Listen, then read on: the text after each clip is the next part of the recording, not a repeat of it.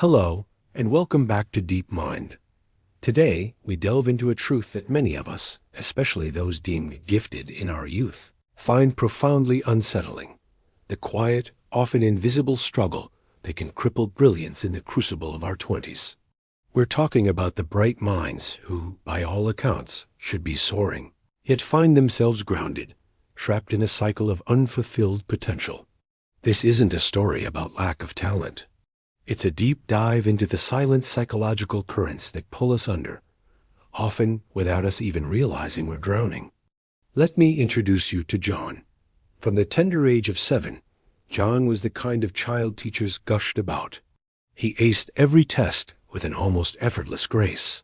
Complex math problems that stumped his peers, he solved with a quiet confidence, often sketching out the solution during lunch break. His English essays were lauded for their sophisticated vocabulary and insightful analysis. John is truly brilliant, his parents were told year after year, their chests swelling with pride. He's going to change the world. This narrative became John's identity, as deeply ingrained as the color of his eyes.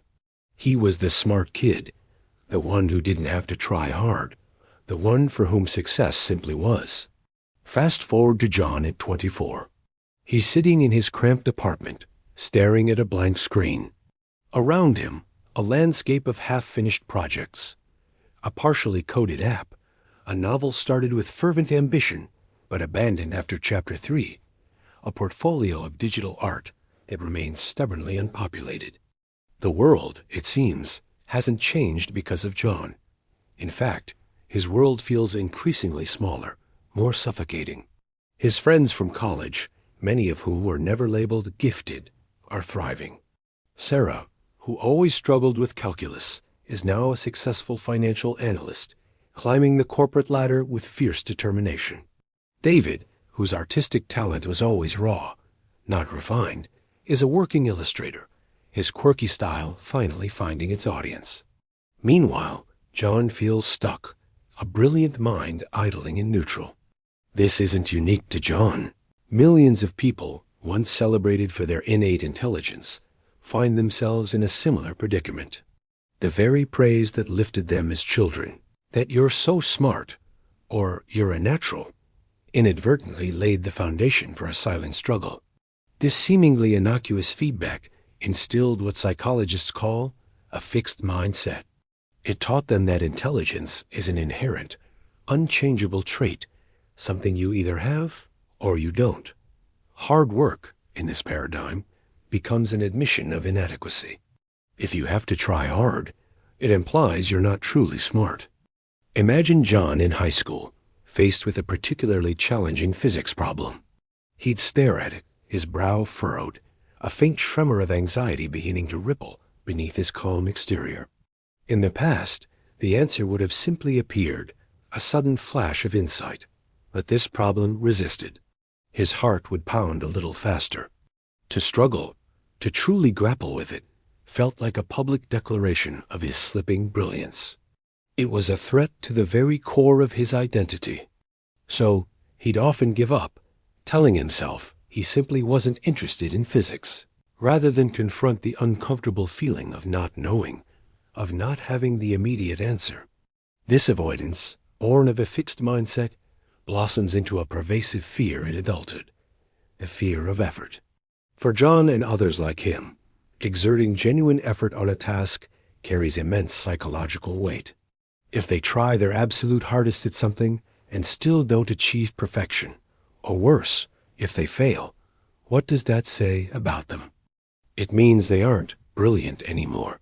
It shatters the carefully constructed illusion of effortless genius. The brain, ever the protector of our self-image, whispers a powerful suggestion. Don't even try. Don't risk proving you're average. This is why many smart people fall into the trap of procrastination. It's not laziness in the traditional sense. It's a sophisticated defense mechanism. John would stare at that blank screen, the app concept brilliant in his mind, the novel's plot intricately woven in his thoughts. But the act of actually doing it, of writing the first line of code, of typing the first paragraph, felt terrifying. Because once he started, he was exposed. Once he started, there was a chance it wouldn't be perfect. There was a chance it would be mediocre, just like everyone else's. Procrastination offers a kind of twisted comfort. As long as John hasn't started, the potential remains infinite. He can tell himself, if I really applied myself, I could create something incredible. The unfinished project becomes a shrine to unproven potential. It's better, his subconscious argues, to have an infinite possibility of greatness than the concrete reality of a merely good, or even flawed, attempt. He chooses the zero, the absolute nothing, over the possibility of a 60%, because the 60% confirms he isn't infallible, while the zero leaves the myth of his inherent superiority intact. This choice, made repeatedly, slowly erodes his confidence and chips away at his sense of agency. Then there's what we call the taste gap. John, with his sharp mind and keen intellect, has impeccable taste. He can instantly recognize masterful storytelling, elegant design, and sophisticated code. He consumes the best of what the world offers, appreciating its nuances. This good taste is a hallmark of intelligence. The problem arises when he tries to create something himself. His internal critic, honed by years of effortless success and exposure to genius, instantly compares his nascent efforts to the masterpieces he admires. Imagine John attempting to sketch a character for his game idea. His hand moves, drawing lines, but the image on the paper looks clumsy, amateurish, a far cry from the sleek, dynamic figures he envisions. His brain screams, "This is terrible." It's nowhere near good enough. The gap between his refined taste and his current skill level feels insurmountable. This immediate, crushing disappointment is a painful blow. It's the discomfort of being a beginner, of being clumsy, of not immediately excelling. Most people understand that skill requires practice, that the first attempt will always be rough. But for John, who was never allowed to be clumsy, never had to endure the awkwardness of learning, this feeling is intolerable. It triggers that deep-seated fear of not being smart enough. So, instead of pushing through the discomfort, instead of embracing the process of incremental improvement, John often quits. He tells himself, "I guess I'm just not a visual artist," or "this app idea isn't truly viable." He retreats, preserving his image of an intelligent individual who simply hasn't found his true calling, rather than confronting the messy, often humbling reality of skill acquisition. He's stuck in a perpetual state of research and planning, never truly entering the arena of execution. The way out of this labyrinth of unfulfilled potential lies in a fundamental rewiring of our internal reward system.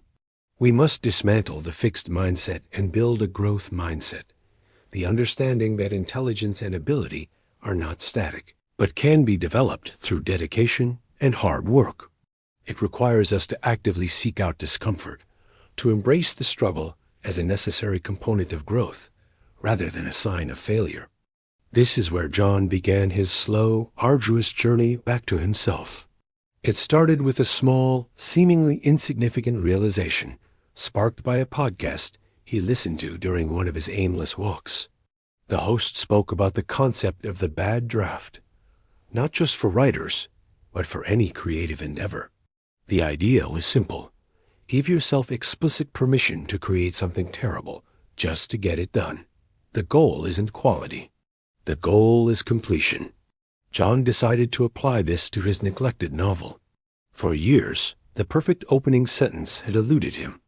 He would write a sentence, delete it, write another, delete it, paralyzed by the need for brilliance from the very first word. This time, he set a timer for 30 minutes. His instruction to himself was clear. Write anything. It doesn't matter if it's grammatically incorrect, cliché, or utter nonsense. Just write. The first few minutes were agony. His fingers hovered over the keyboard, his internal critic screaming. But he had given himself permission. He started typing. He wrote about a protagonist who woke up with a headache, a truly uninspired beginning. He wrote clunky dialogue and described a room with bland, generic details. It felt awful. But when the timer buzzed, he had written almost 200 words. And the world hadn't ended. He hadn't spontaneously combusted from the sheer mediocrity of his prose. This was a revelation. He realized the power of volume over immediate perfection. He continued this practice, little by little, setting small, achievable goals. 20 minutes of coding, even if it led to errors he couldn't immediately fix. 15 minutes of sketching, even if the result was childlike. He was systematically proving to his brain that it was safe to be imperfect, safe to struggle. He was teaching himself that the act of doing was more valuable than the anxiety of trying to be brilliant. The bad draft rule fundamentally shifts the focus from the impossible standard of initial perfection to the achievable goal of progress. It allows the dopamine hit to come from completion, from showing up, rather than solely from external validation or a flawlessly executed final product. John started to experience small victories.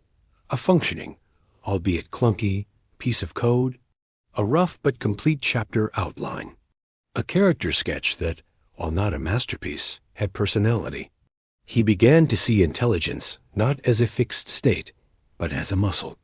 The more he exercised it, by grappling with problems, by pushing through discomfort, by tolerating initial failure, the stronger it became. He started to recognize that the true hallmark of intelligence wasn't knowing all the answers immediately, but possessing the resilience and tenacity to stay with the problem longer than anyone else, to chip away at it, to iterate and improve. John's apartment slowly began to transform. The partially coded app started to take shape, not as a groundbreaking masterpiece, but as a functional tool he could be proud of. The novel, now on its 5th draft, was no longer a monument to unfulfilled potential, but a living, breathing story, rough around the edges but full of heart. He was still the smart kid, but now his intelligence was active, dynamic, and productive. He had finally given himself permission to stop being smart and start doing smart things.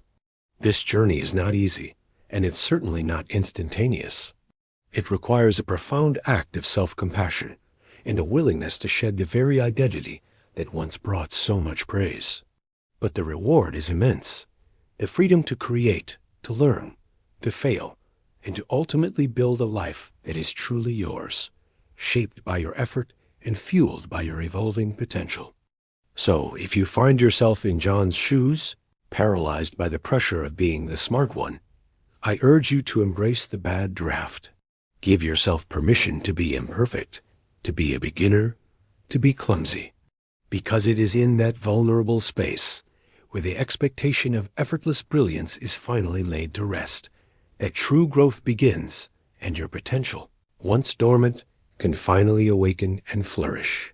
Thank you for joining us on this deep dive into the human mind. If this exploration resonated with you, and you're ready to uncover more insights that help you understand yourself and the world around you, please consider subscribing to Deep Mind. Your journey of self-discovery continues with us.